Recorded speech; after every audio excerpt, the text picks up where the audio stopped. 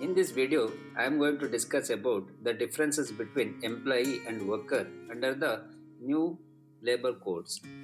Do you know what are the differences between an employee and a worker? You may find it very simple distinction, but in practice, it is going to decide who is going to get the social security benefit, who can become a member of union, and who gets protection during the industrial dispute. Let us know more about that. First, let us discuss about the term employee. All the four labor codes define the term employee, but there is one major difference.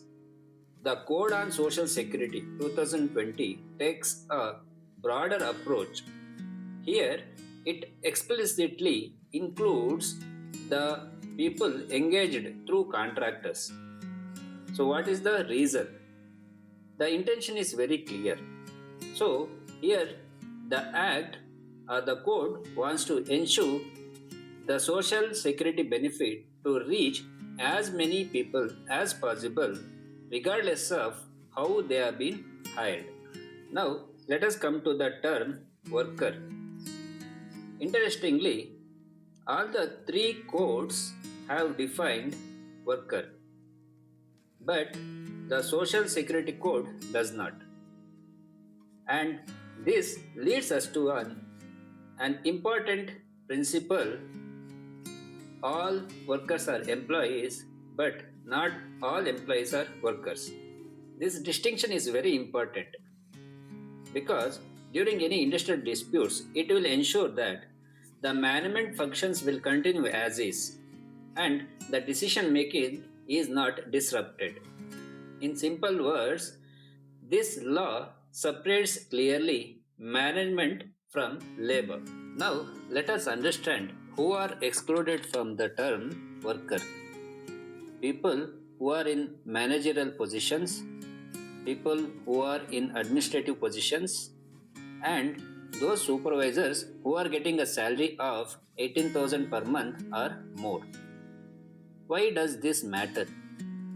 It matters because only workers can become a member of union or they can form union, not employees.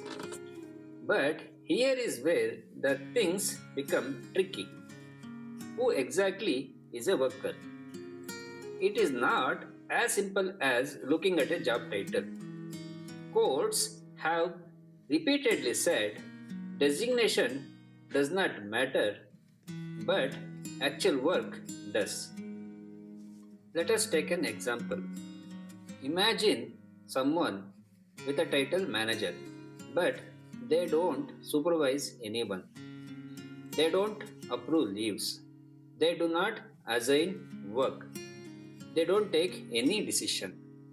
So, in reality, they are doing their individual work. In such cases, they can be legally termed as a worker. Yes, even if they are getting a higher salary.